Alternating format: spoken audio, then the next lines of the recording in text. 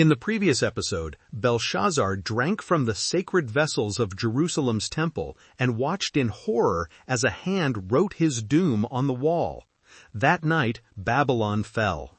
Daniel survived the den of lions, and another pagan king proclaimed the sovereignty of Israel's God. Now, in the final episode of this series, Daniel receives visions that reach beyond Babylon, beyond Persia, beyond any empire he will live to see. The major prophets began with judgment on Jerusalem. They end with judgment on all things. In the first year of Belshazzar, king of Babylon, Daniel saw a dream and visions of his head as he lay in his bed. The visions come at night, on his bed, in the darkness. Then he wrote down the dream and told the sum of the matter. Daniel records what he sees. He will tell the sum, the essence, the core meaning. Daniel declared, "I saw in my vision by night, and behold, the four winds of heaven were stirring up the great sea." The winds of heaven, all four directions, stirring the sea, symbol of chaos and nations. And four great beasts came up out of the sea, different from one another. Four beasts, rising from chaos, each distinct. The first was like a lion and had eagle's wings. A lion with wings. The king of beasts combined with the king of birds. Speed and strength together. Then, as I looked, its wings were plucked off, and it was lifted up from the ground and made to stand on 2 feet like a man, and the mind of a man was given to it. The wings torn away, made to stand like a human, given a human mind. Nebuchadnezzar's madness and restoration encoded in the vision. And behold, another beast, a second one, like a bear. It was raised up on one side. It had 3 ribs in its mouth between its teeth, and it was told, "Arise, devour much flesh." A bear, lopsided, ribs in its mouth, devouring. The Medo-Persian Empire, perhaps, one part dominant over the other. After this I looked, and behold another, like a leopard, with 4 wings of a bird on its back. And the beast had 4 heads, and dominion was given to it. A leopard with 4 wings and 4 heads. Speed beyond speed. A kingdom that spreads in every direction. Alexander's empire divided among 4 generals.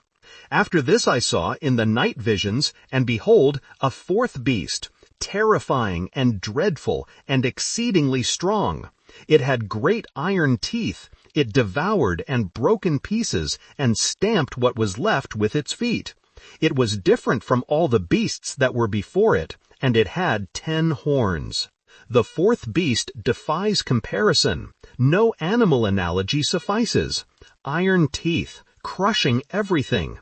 10 horns suggesting 10 rulers or divisions. This matches the 4th kingdom in Nebuchadnezzar's dream, the legs of iron, the feet of iron and clay. I considered the horns, and behold, there came up among them another horn, a little one, before which 3 of the first horns were plucked up by the roots. A little horn rises among the 10. It uproots 3 others, small but devastating. And behold, in this horn were eyes like the eyes of a man, and a mouth speaking great things. Human eyes, a boasting mouth, arrogance embodied. Daniel watches the beasts, but then the scene shifts. As I looked, thrones were placed, and the Ancient of Days took his seat. Thrones, plural, set in place for judgment, and one figure takes the central seat, the Ancient of Days. His clothing was white as snow, and the hair of his head like pure wool. His throne was fiery flames. Its wheels were burning fire. White clothing, white hair. Not weakness, but purity, antiquity, eternity. The throne itself burns. Wheels of fire beneath it, echoing Ezekiel's vision. A stream of fire issued and came out from before him. Fire flows from the throne like a river. Judgment pours forth. 1,000 thousands served him, and 10,000 times 10,000 stood before him. The heavenly court assembles, millions upon millions, an innumerable host. The court sat in judgment, and the books were opened. The court is in session, records are opened, every deed will be reviewed. I looked then because of the sound of the great words that the horn was speaking. The little horn is still boasting, even as the court convenes, even as the books open. And as I looked, the beast was killed, and its body destroyed, and given over to be burned with fire. The fourth beast is executed, destroyed, burned.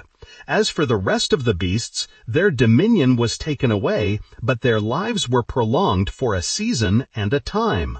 The other beasts lose power, but are not immediately destroyed. They linger for a while. Then comes the vision that will echo through millennia. I saw in the night visions, and behold, with the clouds of heaven there came one like a son of man, and he came to the Ancient of Days and was presented before him. One like a son of man. Not a beast, not a monster rising from chaos, a human figure. Coming with the clouds of heaven, divine transportation, royal arrival, presented before the Ancient of Days. And to him was given dominion and glory and a kingdom, that all peoples, nations, and languages should serve him. Dominion, glory, kingdom, everything Nebuchadnezzar possessed, but given by divine decree. All peoples, all nations, all languages, universal rule. His dominion is an everlasting dominion, which shall not pass away, and his kingdom one that shall not be destroyed. Everlasting, not passing away, not destroyed. Unlike Babylon, unlike Persia, unlike Greece, unlike Rome, unlike every empire that rises and falls. This kingdom endures. Daniel is troubled. The vision disturbs him. As for me, Daniel, my spirit within me was anxious, and the visions of my head alarmed me. Anxiety, alarm, the prophet does not understand. I approached one of those who stood there and asked him the truth concerning all this. He asks for interpretation. Someone in the heavenly court must explain. So he told me and made known to me the interpretation of the things. The explanation comes. These 4 great beasts are 4 kings who shall arise out of the earth. 4 kings, 4 kingdoms, rising from the earth, from the chaos of human politics. But the saints of the Most High shall receive the kingdom and possess the kingdom forever, forever, and ever. The saints receive the kingdom, not the beasts, not the horns. The people of God inherit what empires fought to grasp. But note carefully, the kingdom is received, not seized. It is given, not conquered. The saints do not triumph by their own power. They inherit what God bestows. This is not a vision of human victory over oppressors, but of divine judgment that vindicates the faithful. The kingdom comes from above, through the Son of Man, by the decree of the Ancient of Days. Forever and ever. Repetition for emphasis. Eternity squared. Daniel wants to understand the 4th beast more precisely. Then I desired to know the truth about the 4th beast, which was different from all the rest, exceedingly terrifying, with its teeth of iron and claws of bronze, and which devoured and broke in pieces and stamped what was left with its feet, and about the 10 horns that were on its head, and the other horn that came up, and before which 3 of them fell, the horn that had eyes and a mouth that spoke great things. The terrifying beast, the boasting horn. Daniel needs clarity. As I looked, this horn made war with the saints and prevailed over them, until the Ancient of Days came, and judgment was given for the saints of the Most High, and the time came when the saints possessed the kingdom. The horn makes war on God's people.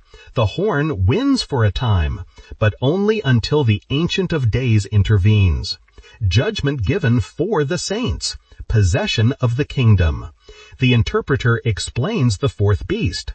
The fourth beast shall be a fourth kingdom on earth, which shall be different from all the kingdoms, and it shall devour the whole earth, and trample it down, and break it to pieces.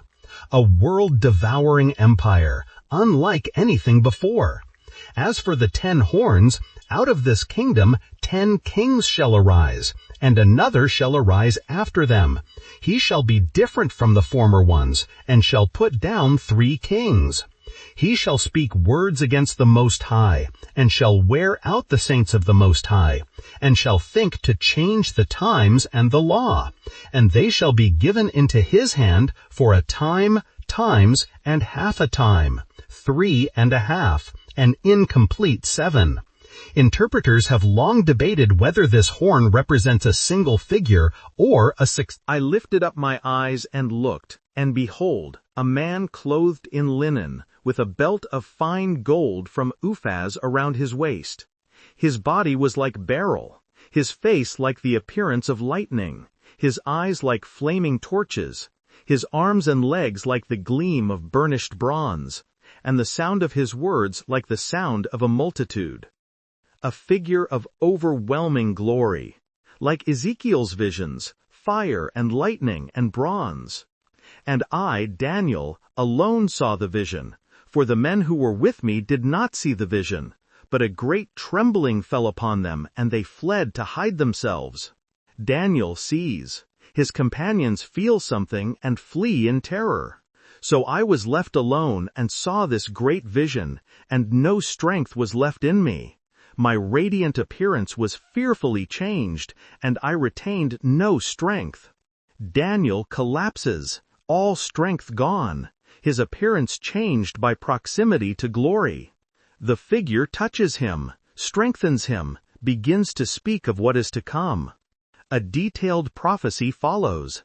Kings of the south and kings of the north, alliances and betrayals, wars and treaties. A contemptible person who obtains the kingdom by flattery, desecration of the temple, an abomination that makes desolate. The vision spans centuries, empires rise and fall in its sweep. And those who are wise shall shine like the brightness of the sky above, and those who turn many to righteousness like the stars forever and ever. The wise shine. Those who lead others to righteousness become eternal stars. But you, Daniel, shut up the words and seal the book until the time of the end. Many shall run to and fro, and knowledge shall increase. Seal the vision. It is for a future time. Daniel asks, how long until the end of these wonders? The answer comes in mysterious numbers. A time, times, and half a time. 1,290 days, 1,335 days. Blessed is he who waits and arrives at that day. But as for you, go your way till the end, and you shall rest and shall stand in your allotted place at the end of the days. Go your way, rest, stand at the end. Daniel's work is complete, his visions recorded, his faithfulness established. The book of Daniel closes not with explanation, but with promise. Rest now, rise later. Your place is secure. The major prophets have spoken. Isaiah saw the throne of God and heard the call of the seraphim. He announced judgment on Israel and proclaimed comfort for exiles. He sang of a suffering servant who would bear the sins of many. Jeremiah wept over Jerusalem. He was beaten, imprisoned, thrown into cisterns, accused of treason. He watched the city burn. He promised a new covenant written on the heart. Ezekiel saw wheels within wheels and the glory departing. He lay on his side for over a year. He prophesied to dry bones and watched them rise. He saw a river of life flowing from a temple that does not yet exist. Daniel stood in the courts of pagan kings. He interpreted dreams and survived lions.